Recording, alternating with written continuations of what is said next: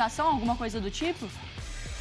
Atualização, vamos lá. Oi, Mari, bom dia para você, Bruno, Marra, Eugênio, também para o Fã de Esporte. Ainda não, no momento o Vitor Pereira segue no comando do Flamengo, mas é questão de tempo até para essa demissão acontecer. Ontem, logo depois da derrota no Maracanã, ele apareceu bem abatido na entrevista coletiva, mas mantendo o discurso que o trabalho está no início. E depois da coletiva do técnico Vitor Pereira, o vice-presidente de futebol, Marcos Braz, foi perguntado sobre a permanência do treinador. Ele disse que não ia tomar nenhuma decisão ali de cabeça quente, mas de fato que ia conversar com algumas pessoas nesta segunda-feira. E claro que essas conversas estão acontecendo no decorrer dessa segunda-feira. A gente está aqui bem em frente ao CT, Ninho do Urubu, até o momento. Situação tranquila por aqui. Às vezes passam alguns torcedores gritando fora Vitor Pereira, outros perguntando, e aí, o Vitor Pereira já caiu? Realmente esse é o contexto por aqui do lado de fora do Ninho do Urubu. Não tem treino hoje.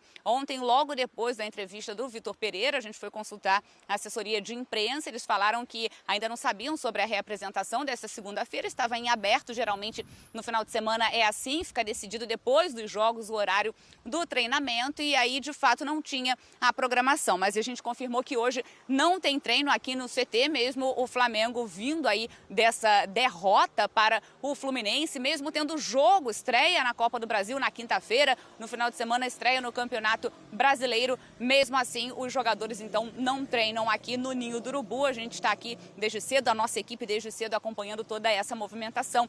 Tudo tranquilo por aqui e a gente aguardando, olhando o tempo todo se já saiu, se sai alguma nota oficial em relação à demissão do técnico Vitor Pereira. Vale a gente reforçar, a multa é muito alta, 15 milhões de reais, e é isso que a diretoria precisa conversar, definir para ver o que fazer, se vai parcelar essa multa, mas de fato realmente está insustentável a situação do treinador. Foi muito vaiado pela torcida rubro-negra no Maracanã. Então você já volta, tá, Roberta, para contar aqui pra gente. Eugênio, vamos lá, como o Fluminense conseguiu vencer assim de maneira e por que tão contundente o Flamengo?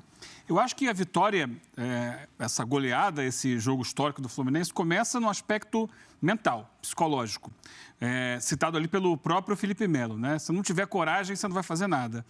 E o Fluminense teve coragem. Gente, e o Cano falou isso, durante toda a semana ele teve um trabalho muito grande de mostrar pra gente que era possível virar o jogo e fazer os gols. É isso. O Fluminense acreditou, desde o início do jogo, que dava para vencer. Parte daí. Enquanto o Flamengo teve uma postura, e aí eu não sei se é em função de ter vencido o primeiro jogo por 2-0, de confiar muito, né, nessa vantagem que ele criou, que era uma boa vantagem, gente. Claro. O Flamengo saiu do primeiro jogo praticamente campeão, com 2 gols de vantagem, tendo feito uma partida interessante sábado passado. O Fluminense sem o Samuel Xavier, o Fluminense sem o Martinelli. O Fluminense que viajou com o time titular, então teoricamente teria mais desgaste físico. O Flamengo poupou seus titulares durante a maior parte do jogo contra o Alcas na Libertadores, de pênalti do Cano. Mas aí, é claro, para que o Fluminense conseguisse isso, teve mudanças táticas interessantes em relação ao jogo anterior. No jogo anterior, né, de sábado passado, eu estava estudando ontem o jogo do sábado anterior. O Fluminense atuou ofensivamente muito mais pelo lado direito do seu ataque. Porque ali ele tinha o Samuel Xavier e ali ele tinha o Arias caindo por aquele lado. E foi um time que jogava muito ali. Mas também sofreu defensivamente pelo lado direito com o Ayrton Lucas, né, que foi o jogador de destaque na primeira partida. Ontem ele não tinha o Samuel Xavier, mas ele tinha o Marcelo do outro lado. E ele tinha no meio-campo não o Martinelli, que joga mais pela direita, e sim o Alexander, que joga mais pela esquerda. Então o jogo do Fluminense tendeu mais para o lado esquerdo ontem. E o Keno foi muito bem do lado esquerdo. O Keno se potencializou, porque ele estava meio que isolado no primeiro jogo, e ontem ele tinha com quem trabalhar. E houve uma outra mudança interessante. 2 jogadores foram fundamentais para isso, na minha opinião. Todo o time, né? Quase todo o time jogou bem, mas 2 jogadores foram decisivos. O Arias, que jogou muito melhor, e se a gente olhar o posicionamento médio do Arias, ele não jogou aberto, ele jogou centralizado. Um centralizado que pode cair na direita ou na esquerda, mas a maior parte do tempo por dentro.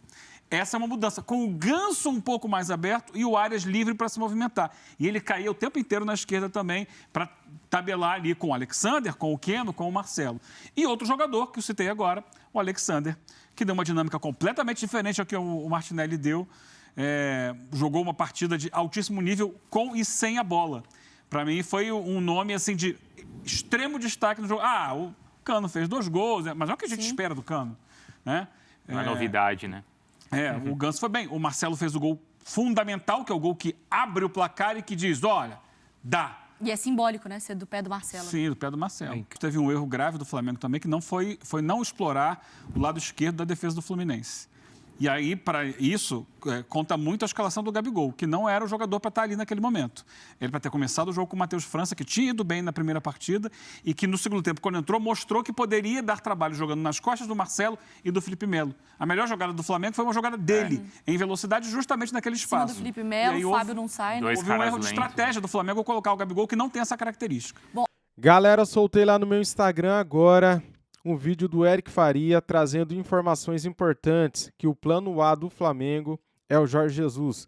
Vou soltar aqui para você agora o vídeo e peço para você que ainda não me segue no Instagram a me seguir lá, tá bom? Link na descrição, Instagram Marcos React. Olha só o que o Eric Faria trouxe.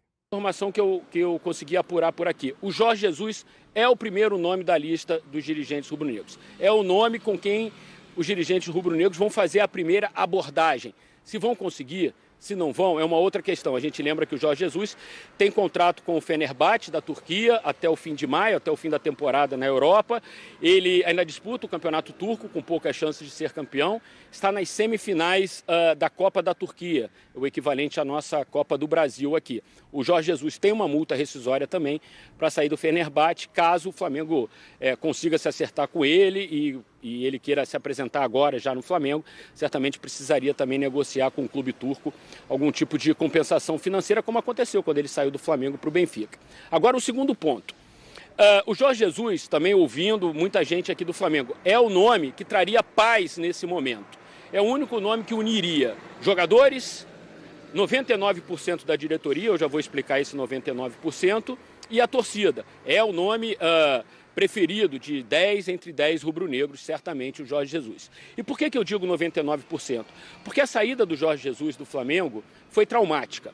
Foi traumática porque ele tinha renovado o contrato, 1 mês e meio depois decidiu voltar para Portugal, acertou com o Benfica, e isso ainda hoje mexe um pouquinho com o orgulho do presidente do Flamengo, Rodolfo Landim.